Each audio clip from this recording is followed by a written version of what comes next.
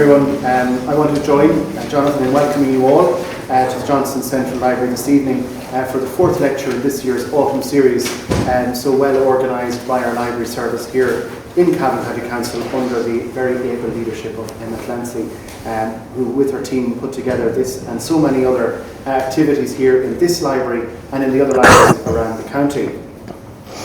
This lecture series is run in conjunction with the Department of Culture, Communications and Sport, and of course, as has been said, our speaker, Dr. Brendan Scott, is well known to all of you, I'm sure, and well known around the county for his great work in showcasing our history and increasing our understanding of it. He is the manager of the Irish Family History Foundation, an editor of the Breffni Journal. I know there are many members of Cumann Seanachas Breffni here this evening.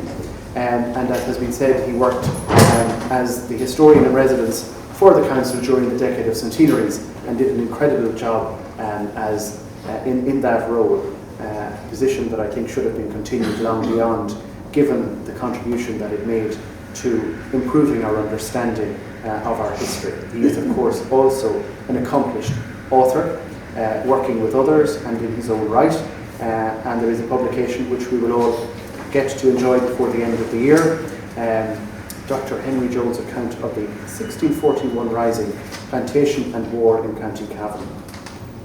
I was taking the opportunity beforehand to remind Brendan that he should be declaring an interest in local government, given that, like myself, he was reared in a household where one of our parents both worked for the local authority and served on a local authority also. So he has an insight in more ways than one into local government. Thankfully, both of our parents served at a time when it wasn't quite as turbulent as the period that Brendan is going to speak of this evening, and how the local government here in County Cavan operated during the War of Independence and the Civil War and dealt with the evolution of the Free State. Any opportunity to highlight the importance of local government is welcome as far as I'm concerned, and any opportunity to increase our understanding of it and maybe highlight the deficiencies in the powers of councillors is welcome too, but I'm not sure if Brendan is going to focus too much on that this evening. So as I said, you're all very welcome, and I really look forward to Brendan's talk. Thank you very much, Cahirsla, and thank you as well to the library staff, Emma and Jonathan and everyone, for organising this evening and for asking me back to speak this evening to you. There's been a lot of great speakers so far in this series, and there's another great one next week as well. I think it's in Virginia, Ed Burke, who is a fabulous historian, and that'll be on in Virginia next week as well. And thank you all for coming out as well. It's not a very nice evening, so I really appreciate people coming out for these talks. So what I want to discuss this evening, as Cahirsla has said, is the local authorities in Cavan and how they acted and reacted to events surrounding them during the early 20th century through the War of Independence, partition and the establishment of the Free State. But in order to do that first, I think we need a bit of context. The Local Government of Ireland Act in 1898 was an extremely important piece of legislation which reformed local government in Ireland. This act, which created county councils, urban district councils and rural district councils, gave Ireland the local government framework which we use up until 2014 and 1925 with the rural ones. The county now became the dominant unit of local government, becoming more important than the poor law unions which have been there before that, which have been led by boards of guardians. They were established in 1838 and they often ignored county boundaries. For example, Glengevnin and Blacklion, our sort of neck of the woods, were part of the Enniskillen Union, so that was the way that worked. And before the local authorities, grand juries were the big thing, and they were usually filled with unelected members of the elite landowning class, and that was the other arm of administration in local government. Grand juries were elected by the High Sheriff. He had discretion in that, and Catholics were generally excluded from them. And though initially focused on justice, as you'd imagine grand juries, the role expanded significantly over time, but the system was often criticised as well for corruption. As you can imagine, if you have the discretion to elect whoever you want onto these things, you know, it won't be very representative. Their primary responsibilities were administering justice, but also levying the county cess, which was a local tax, to finance public works like roads, bridges, and jails. But now, after 1898, the grand jury ceased to have any responsibility for public works, and the boards of guardians lost the poor rates and the local and the duties of the rural sanitary authority. Cavan and Belturbet corporations were abolished in 1840 and replaced by the borough commissions, and then they ran for just a short time up until 1854, when they were replaced by Belturbet Town Commission and Cavan Town Commission.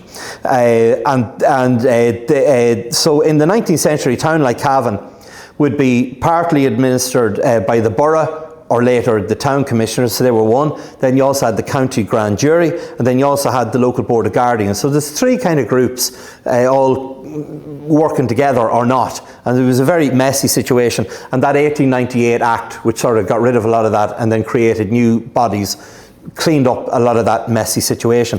Now, the reason just that Cavan Town and Belturbet had these corporations that were abolished in 1840 was they were incorporated in the early 17th century. They were given corporate rights. They had the right to elect MPs to Parliament, and Cavan's actually was the very first corporation granted in 1610 during the Ulster Plantation, and then Belturbet was granted in 1613. So that's why there were no other, like you would have thought, you know, would Cootehill or Ballybor or Virginia have one of these bodies in the 19th century, but they didn't, because they harkened back to those early 17th century ones. So the main powers of the county councils were now in support of county infirmaries, what was then termed the mental asylums, fever hospitals. They were also involved in the construction and upkeep of courthouses, the appointment of coroners, the levying and collecting of rates, and the construction and repair of roads and bridges. So they had all that now. And the district councils took over what were called the baronial presentment sessions, and what had been the grand jury role for roads and public works. So they took over those, and the cost for those came from rates levied in those districts in question. The boards of guardian remained responsible for the registration of births, marriages and deaths, and poor relief, but the election of guardians was now part of the local authority system, so they were no longer given on a nod and a wink, basically. And all members of the rural district councils became members of their local boards of guardians. So again, you could have like anybody could be, if they were elected, would get on that board, whereas before you were usually landowning Protestant elite who got on that. And along with that, then the workhouses began to be scaled back as well. And then, so the local authorities now, as I say, they're providing health and welfare services, they're maintaining the roads, they're providing social housing. And now obviously you have the NRA looks after the national road network, and the regional authorities administer health and welfare and stuff like that. So social housing is still one of the ones that from that earlier time that the county councils still oversee. Now Cavan was divided into three urban districts. Three urban districts, Cavan, Cootehill and Belturbet. And then as well as the urban district councils, the UDCs, you had the rural district councils, and they only lasted from 1898 up to 1925. And so you can see them there, they're divided into rural districts of Ballybor, Bomboy, Castlereagh, Cavan, Enniskillen and number 2, so there's still a slight county overlap, and Mullahoran. And the chairs of those RDCs were also, by dint of their chairmanship, were also ex officio, like the members of the county council as well. So they were, because they're the chair of the RDC, they immediately were put on the county council as well. In November 1918 there was a general election in Ireland, the first in 8 years, and it was called on the 14th of December that year, and every man 21 years old and over, and every woman aged 30 years and over was now permitted to vote. And Sinn Féin romped home in that election, winning 73 of the 105 seats available. An extraordinary achievement really for a party that was pretty young and that only ever contested by-elections up until that general election. The moderate Irish Parliamentary Party, the IPP, on the other hand, they had been the main nationalist party in Ireland. They're now a shadow of their former self, winning only 6 seats. A lot of the IPP sitting MPs didn't bother running again because they knew it wasn't going to work out for them. So like in 1910 they'd won 73 seats. So they went from 73 in 1910 down to 6 in 1918, which I think really says a lot of how turbulent Ireland and the world was during that period. In Cavan, Arthur Griffith and Peter Paul Galligan were the people who got those seats, and they were elected unopposed. Griffith had run in a by-election in Cavan a few months earlier in Cavan East, and he ran against John O'Hanlon of the IPP, who's the editor of the Celt, but in this December general election nobody went against him, and he was elected unopposed. So that was just before Christmas 1918. On the 21st of January 1919, rather than taking their seats in Westminster, the Sinn Féin MPs instead met at the Mansion House in Dublin with a view to establishing Ireland's own government to be named Dáil Éireann. And Galligan and Griffith ironically couldn't attend because they were in prison. They'd been arrested earlier on in the summer, I think, of 1918 on spurious charges. Support for the Dáil was widespread in Cavan, and for example £119 was raised through the Dáil loan in Ballyconnell alone. There's a wonderful archive of material that was donated to the library here by a guy called Frankie Dolphin, and his father Frank Dolphin kept meticulous records over in Ballyconnell, and we know exactly who paid what over in Ballyconnell towards the Dáil loan. On that same date that they met in the Mansion House, the 21st of January 1919, it can be said that the War of Independence began in Ireland when 2 RIC constables were shot and killed in Tipperary. And those men were killed without official authorisation by a group of IRA volunteers, and that began a cycle of violence for the next couple of years, up until July 1921 officially, with the calling of the truce.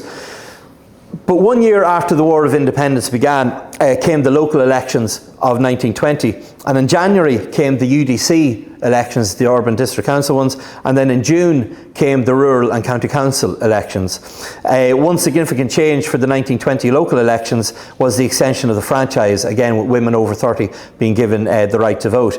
And when they came up with the sort of spurious age of 30, well, why not 25 or why not 32 or whatever, they were afraid that if they went any lower with that there would be more women than men able to vote, especially because so many men had died in the war, and you didn't want the women to be having the call on this. Now this is too serious now for this kind of thing.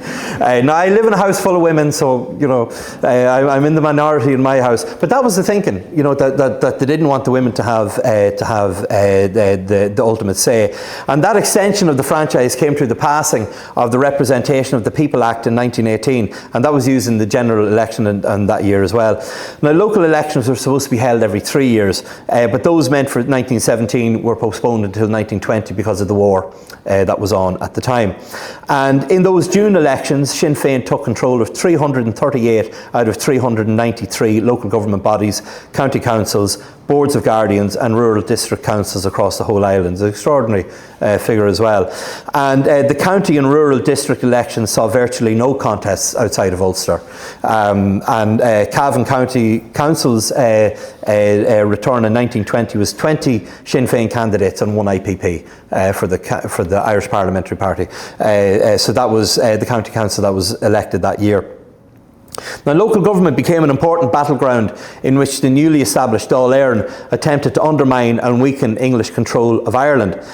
And at a meeting of West Cavan Sinn Féin clubs in Belturbet on the 28th of February 1918, it was decided to ask county councillors and rural and urban district councillors and other public representatives to declare publicly their attitude towards Sinn Féin, which is kind of, tell us what way you stand on Sinn Féin, which, is slightly, which I'm sure some of them didn't want to do. In March 1921, Belturbet UDC's clerk, a guy called Edward Riley, was arrested and sent to Crumlin Road Jail in Belfast, and there was a vote of sympathy made to his wife and children and a temporary clerk installed until such time that O'Reilly was released. And this didn't take too long, and after only a few meetings, Riley was back taking the Belturbet UDC minutes again, and I was so delighted when I was reading the minutes that he was back, because his handwriting was much better than the guy who had replaced him. And why was he arrested? Well, the incident was probably as a result of the borough and UDC elections which were held in January that year. Following that election, as I say, Sinn Féin won a lot of the councils, and the Dáil, the English government is still in place in Ireland, but the Dáil broke off contact with the local government board of Ireland. This is a British-run from Dublin Castle. They sort of doled out the money and administration and such like. And so the Dáil broke off contact with them and then replaced it with their own Irish Department of Local Government. So the first one had been called Local Government Board of Ireland, and then this was Irish Department of Local Government. But many of the councils, you see, the problem here was if you cut off contact with the British version, the Dublin Castle version, you'd have no money coming in. And Dáil Éireann has no money. So a lot of the UDCs or rural ones would keep in with the Dublin Castle version because it's their only way of getting any money. But the ones who refused to report to the Dublin Castle Board, they lost their grant assistance, and they'd also refused to hand over rates collected in their localities. So there's a number of court cases that go on after this, and Crown authorities sometimes raid the local authorities in order to access their records. And refusing to cooperate resulted in the arrest and incarceration of many local authority officials like Edward Riley, who I mentioned there a moment ago. Edward Riley also, he remained clerk for many years, and in the 1940s rescued the 17th century corporation minutes. They were about to be thrown out, and he rescued them, and they're now safely kept upstairs with extraordinary material in it. I often said if Edward Riley never did another day's work in his life, he earned his pension that day. But he went to jail for a while from that. Now, in December 1920, when Edward, in the Belturbet minutes, Edward is about to read out some circulars from the Dublin Castle Local Government Board, and the chairman stated, "We have nothing to do with them, put those things away." So they weren't read. It was noted in the thing, we got them, we didn't read them, and that was it. Now, local authorities continued as best as they could to operate without the grants, and they followed the instruction of W.T. Cosgrave, who at the time was Minister for Local Government.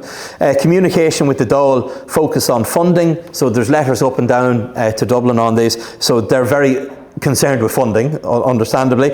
We're keeping up rate payments and collections, keeping it from the British authorities, and cutting costs to deal with the loss of the British grants. And the Civil War made things even more difficult in this regard, leaving local authorities struggling to operate and rebuild infrastructure and build up funds. And some failed to do this. And Leitrim, for example, saw the appointment by central government of a special commissioner who was tasked with overseeing the local authority duties there until the situation improved. Now, the nationalist tendencies, you can probably gather, the Belturbet UDC was quite nationalist, as all the UDCs in Cavan were, and there was a controversy which engulfed the UDC and the RIC in Belturbet in October 1919.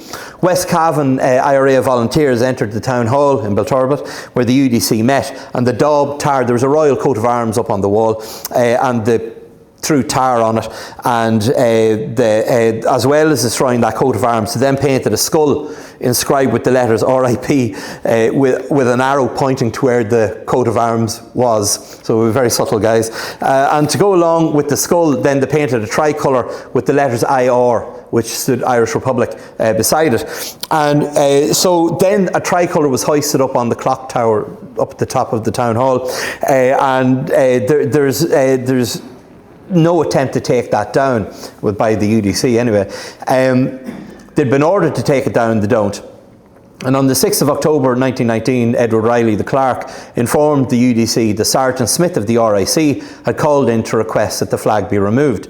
And the clerk informed the sergeant that he hadn't the authority to do so. The RIC followed up with a letter making the same request and also asking for the keys of the town hall to lock it up. But again, the UDC refused to do this. And they answered that they did not put the flag there and others could take it down if they wished, but the council would not do their work for them. And as one of the councillors said, "We can't get up to take it down." They couldn't find a ladder in Belturbet, not one ladder to be had around the place. But then the British authorities took Belturbet UDC at their word. They took control of the town hall, chained the door shut, and took down the tricolour. And then trouble continued in the town. You can imagine the bad blood there was after that. And in April 1920, Belturbet UDC received an application for compensation for £200 done to the barracks in April. Around Easter 1920, there's a huge amount of RIC and Army barracks burned around the country, and Belturbet was just one of many. I think it was in October or November that year, there was 3 days of compensation hearings in the courthouse there to get through everyone that had lost or had damaged buildings from that time. Because a lot of those barracks were privately owned and they rented them out to the authorities. So they got a letter saying that they wanted compensation for £200, and they followed up. That was in April. Then there's another one in May requesting that they do it again, and then the letter was marked red and no further action. So I don't know whether they got their money or not. And they often pass resolutions as well to sympathise with the deaths of various high-profile nationalists, and also to condemn aggression towards nationalists. And on the 7th of August 1916, Cavan UDC here, that would have met in the courthouse, although they were probably in the town hall probably by 1916, they would have been. They asked the government not execute Roger Casement after the rising, as too much Irish blood has been shed already. And they followed this up then with a resolution which stated that the council condemned the action of the government in carrying out the death sentence on Sir Roger Casement. And they said the government should have allowed the case to have been heard in the House of Lords, that he was executed too swiftly. On the 4th of April 1920, Cavan UDC recorded its protest against what they called the continued brutal incarceration of Irish prisoners in places like Ballykinlar, and there was a POW camp, and demanded their immediate release in what they called in the name of humanity. And in November that year, Belturbet UDC protested the execution of Kevin Barry. And if anyone was here at Ewan O'Halpin's talk a few weeks ago, I think he's a grandnephew of Kevin Barry. And they sent their sympathies to his mother, calling Barry a brave and noble son who gave up his life for his country. Cavan UDC also declared a protest against the imprisonment in the USA of James Larkin, the Irish Labour leader. He'd been arrested over there on charges of criminal anarchy connected to his links with communism. And they demanded his release, and Belturbet UDC adopted that position as well in July 1920. And that wasn't the first time that Cavan's UDCs had commented on the deaths of prominent Irish nationalists. Terence McCurtain, who was Lord Mayor of Cork, was murdered by the RIC on the 20th of March 1920, an incident which gained international notoriety. And on the 3rd of March 1920, Cavan UDC tendered their sympathy to McCurtain's widow on the cruel murder of her husband, and stated that the council's protest be recorded against the continued brutal incarcerations of the Irish prisoners, and that their immediate release be demanded in the name of humanity.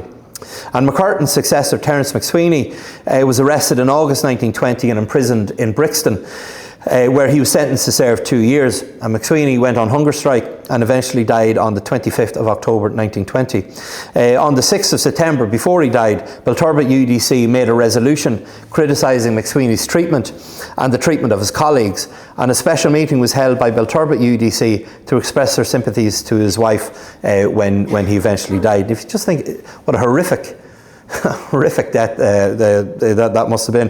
In Cootehill, after McSweeney died, there was some tension in the town. Unionist shops refused to close there was a day of remembrance for McSweeney, and Ulster volunteers came from Ashfield to the town to protect those shops and keep them open, because they were being advised strongly to close, and they were refusing to close. So volunteers came down, Ulster volunteers, to keep them open. And then there's a bit of tension in the town around that time, but nothing really violent kicked off at that point. And then we also see the recognition of Dáil Éireann and the arbitration courts recorded in the various UDC minutes for Cavan, and in the County Council ones as well. By mid-1920, Dáil courts were being established across Cavan. This was a means of undermining the English system that was in place, and you would have a court set up in a local barn sometimes, or a school, or a town hall, or something like that, and that would be heard by some prominent person in the locality who would judge these things, and it was all kept away from the English system. And much to the annoyance of the RIC, but there actually is evidence of one RIC member using the Dáil courts in Drumlane. Actually, he probably felt for whatever reason, he felt he had a better chance of getting here and there. And in July 1920, the 5th of July 1920, the Cavan UDC acknowledged the authority of Dáil Éireann as the duly elected government of the Irish people, and they undertook to give effect to all decrees duly promulgated by the said Dáil Éireann. And in September 1920, they again made a resolution recognising the authority of Dáil Éireann as the only elected government of the Irish people. So they're doing this kind of more than once. So there's obviously, a bit of controversy over the validity of the Dáil Éireann. So they keep coming out publicly saying, yes, we recognise it, we support it. In September 1920, Belturbet did the same thing again in October 1920. They agreed to recognise no government but Dáil Éireann, and that was a unanimous resolution. In September, Cavan UDC congratulated one of their number, John Muldoon, who is a member of the UDC here, on his refusal to signal through a train that was coming from Dublin, which carried armed Crown forces. So they said, we're not getting involved in that, so he wouldn't let them through. So he got a big boulibus for that at the next meeting. Belturbet UDC also gave assurances that they would refuse to go into any courts to prosecute or defend cases, bar the arbitration courts, the Dáil arbitration courts. And indeed, one of the Belturbet councillors, a guy called J.H. Quinn, noted in November 1921 that he did not see why the town hall should not be used for arbitration courts. He happened to be present at such a court a short time ago and never saw fairer decisions and justice all around. And there had been agreements the previous year over what court people should present to, the British court or the arbitration courts, but they came down on the side of the arbitration courts. Coothill's parish courts were also heard before at least one member of its UDC, a guy called Hannigan. Now, when the Anglo-Irish Treaty was signed on the 6th of December 1921, which granted 26 Irish counties Dominion status as a free state, but also ensured that 6 counties remained within the United Kingdom. Partition had been on the cards for a while, and on the 1st of March 1920, Cavan UDC noted the receipt of a resolution from Monaghan County Council opposing partition. Understandably, they were afraid that they might be pulled into it, and being from the border myself, the imposition of a border is never helpful for anybody. And Cavan's UDCs all supported the treaty, as did most, if not all, of the Sinn Féin clubs in Cavan. Frank Dolphin, who I mentioned a few minutes ago, of Ballyconnell Sinn Féin, wrote a memoir, and he wrote that the Ballyconnell Sinn Féin club urged Peter Paul Galligan, who is the West Cavan TD, to accept the treaty, which he did. Although he accepted the treaty, he voted for the treaty, but then he voted for De Valera to remain on as president, who was obviously anti-treaty, and he left politics the following year, decided it wasn't for him. I think worked as a tailor in Dublin, I think, after that. The Cavan Town Sinn Féin branch accepted the treaty 15-3. There's a fellow called Seamus McDermott, who is the IRA intelligence officer in Cavan Town, later commented that his opposition to the treaty, and this is a quote, caused much the same sensation as an atomic blast would today in Cavan Town. So that was good. And obviously, by the term atomic blast, obviously written much later than 1921. That was in the 50s, I'd say, you'd probably give that. Now, in Cavan, as elsewhere, pro-treaty sentiment was quick to assert itself among the Catholic clergy as well, and with enough adherents emerging in early January, so that was in December 1921, so there was enough adherents emerging in early January the following year to carry majorities on public bodies and the local Sinn Féin organisation, which, especially in East Cavan, had come out heavily in favour of the treaty. And as a result, Peter Paul Galligan was sent a flurry of telegrams and letters from Cavan's Sinn Féin clubs, including, as I said a minute ago, Ballyconnell, as well as local councils and other bodies urging acceptance of the treaty. And on the 28th of December 1921, Cavan UDC passed the following resolution: that this meeting of the Cavan Urban District Council, specially convened, desire to place on record its high appreciation of the terms of the treaty entered into by our nation's plenipotentiaries. They were the guys who went and did the negotiations. And whilst recognising the great services rendered by the members of An Dáil who were in opposition, we unanimously request them, for the sake of our dear country, to bury their differences and stand with Arthur Griffith and Sean McKeown, that's how they spell it, for the ratification of the treaty. And Sean McKeown was a prominent Longford IRA leader and a TD who was pro-treaty. Coothill UDC passed a similar resolution, while a public meeting in the town on the 22nd of December 1921 was told that all organisations and representatives of public opinion assembled here in public meetings strongly demand ratification of the treaty.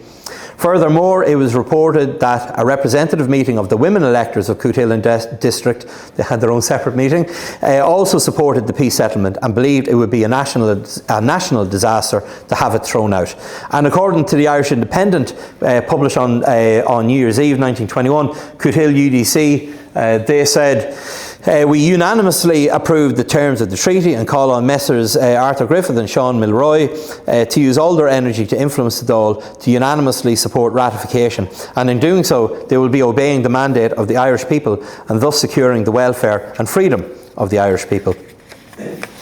A letter from Cootehill UDC to Sean Milroy read that not only did Cootehill UDC accept the treaty, but so did all of East Cavan.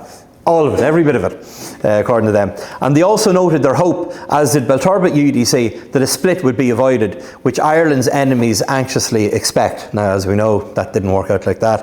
And Cootehill UDC noted that never was unity more needed. United we stand, divided we fall. On the 30th of December 1921, Belturbet UDC, they were eating their, having their cake and wanting to eat it as well. They passed a resolution which stated that they approved of the terms of the treaty, but with partition looming, they also called on De Valera to do everything in his power to preserve unity and prevent the appalling consequences of a divided country. So it's kind of, make up your minds, lads. Like you approve of it or you don't approve of it. But as I say, in Belturbet, we were right on the border, so we would have been pretty badly affected, which the town was, obviously.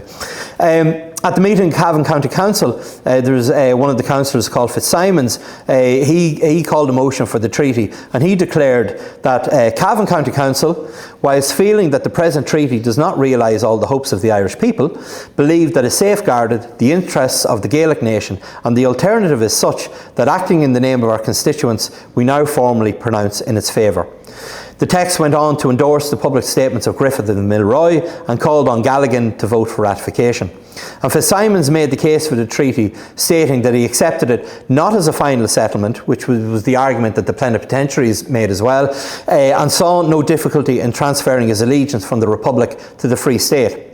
Councillors Lynch and O'Reilly on the County Council as well made similar remarks, with the former stating that he did not see how they could do anything but support ratification, and the latter remarking that while he had sworn an oath to the Republic, he endorsed the treaty in the belief that it was bringing that day nearer. A Republican counter-motion by Councillor Boylan was more simply stated, and he just said that as Republican representatives we do not approve of the treaty. When he was asked if he wanted to make a speech, Boylan replied that the resolution speaks for itself. We were elected as Republicans, that's all. That must be the shortest speech of a politician ever made there. 17 councillors voted for the treaty and only 2 voted against.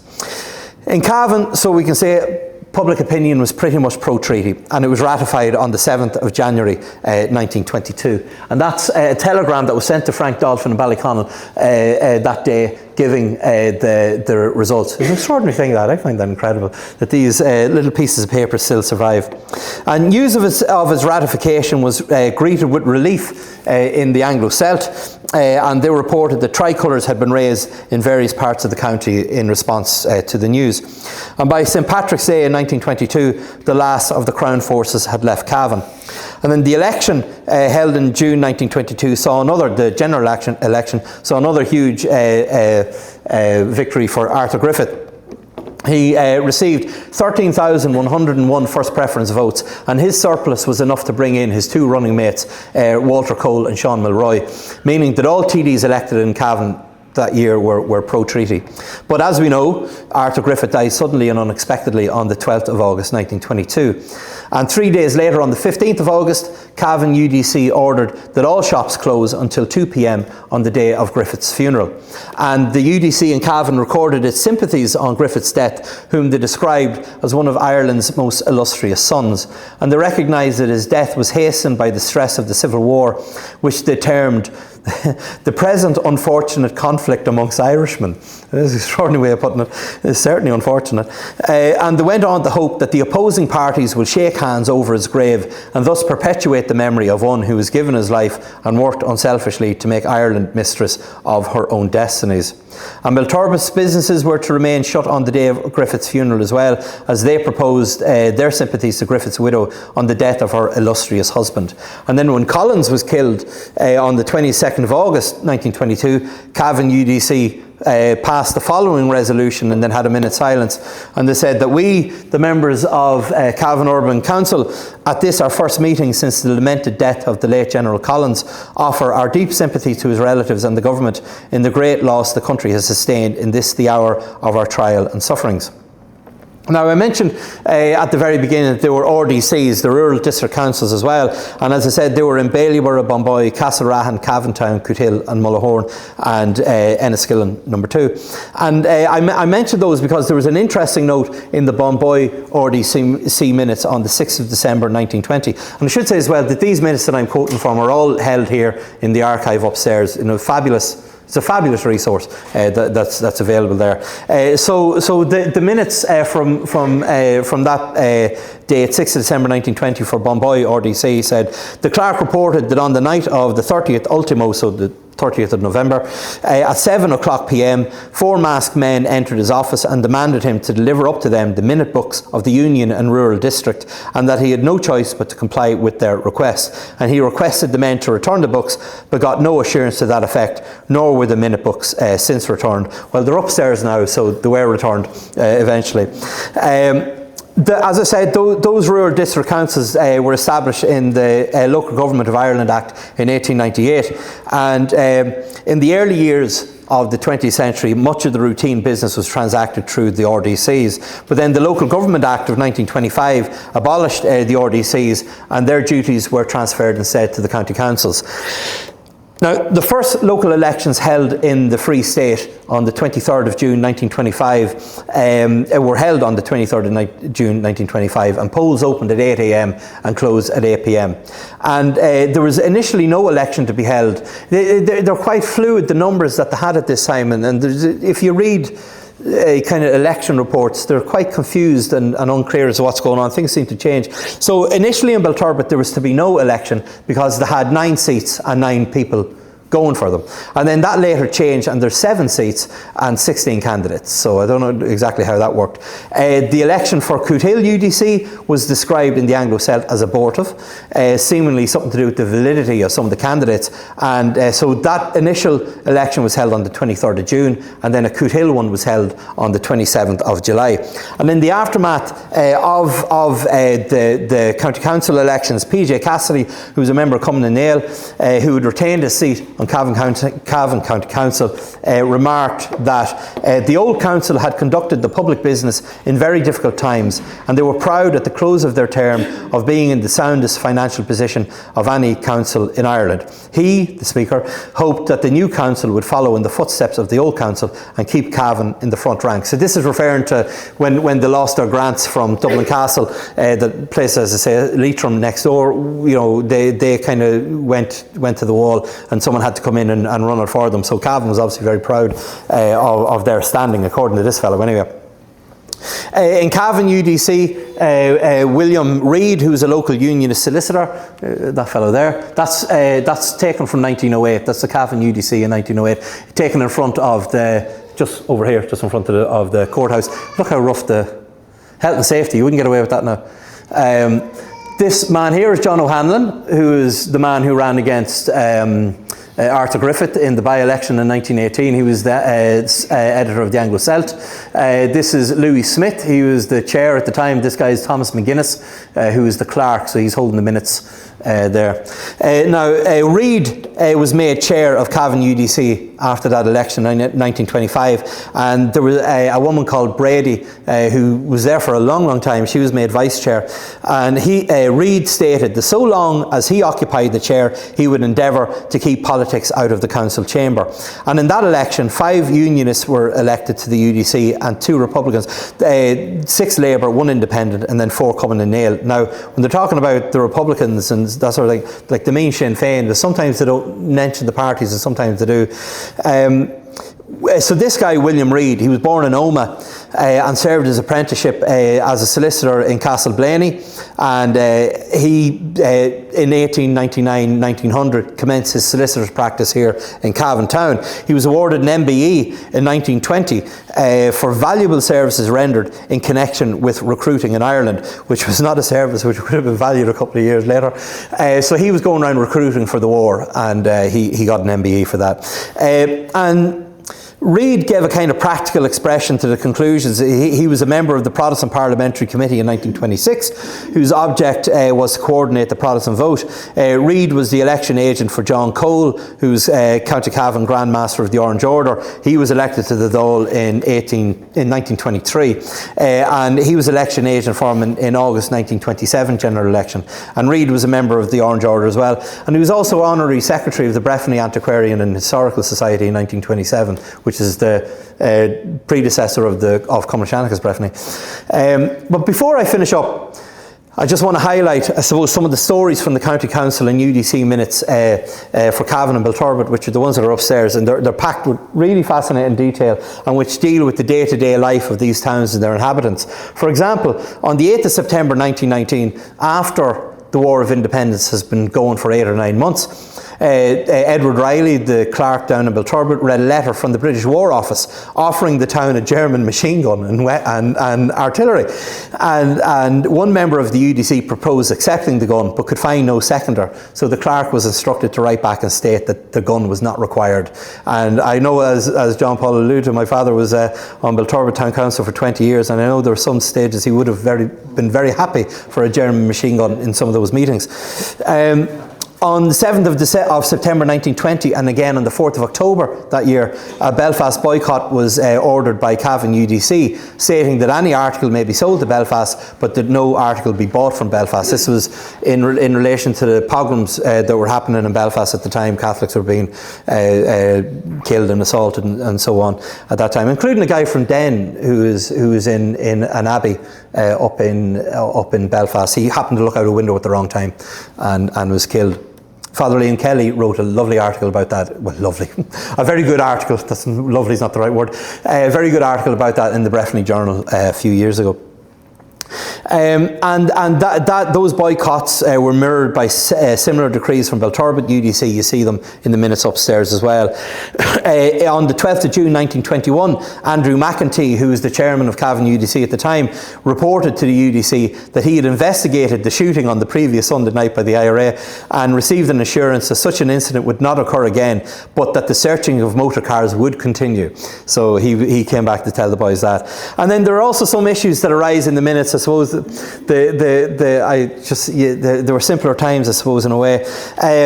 So the cinema at that time, which was open in 1912, we used a room from the town hall at the time, and it was called the Picture Palace, and they wrote a letter to Cavan UDC in September 1915, and in it the manager, a fellow called Joseph Smith, complained of a customer's conduct to his employees and patrons. The clerk wrote so the clerk was instructed to write to this guy who was the cause of trouble, instructing him not to allow children or others in through the windows.